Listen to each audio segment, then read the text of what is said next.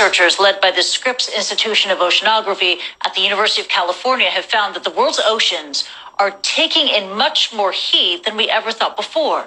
Oceans are planet Earth's biggest heat absorbers, taking in 90% of the excess heat trapped in the Earth's atmosphere. Levels of oxygen and carbon dioxide in the air increase as the ocean warms and releases gases, sort of like what a soda does when you leave it out in the sun. So by measuring those levels, the researchers were able to take the ocean's temperature.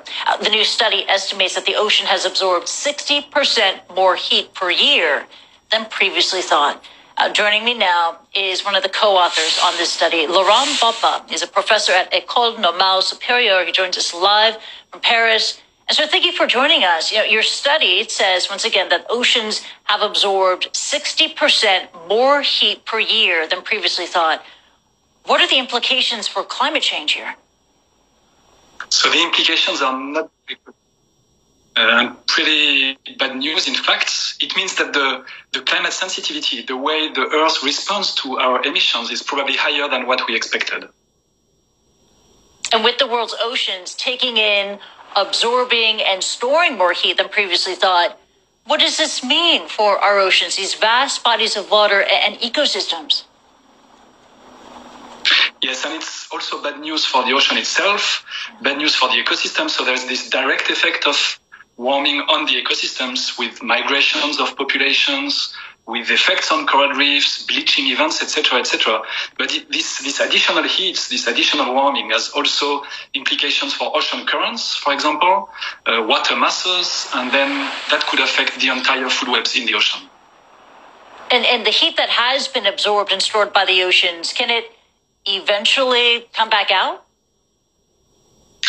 Probably not over the next decades. So the residence time of heat in the ocean is very, very long.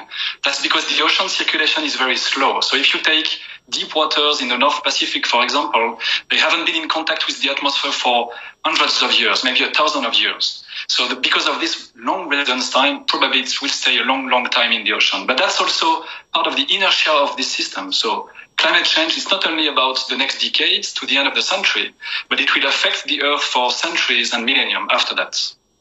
And let's talk about how you were able to reach this new calculation on the world's oceans.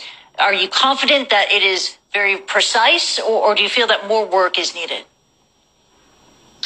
Always more work is needed, but it's a very new method and an independent method as compared to the other ones. So before, the classical method to measure ocean's heat uptake is to measure temperature in many, many places and then to compile all these measurements. And of course, we have a lack of coverage, and so we have uncertainties. And here we take another approach.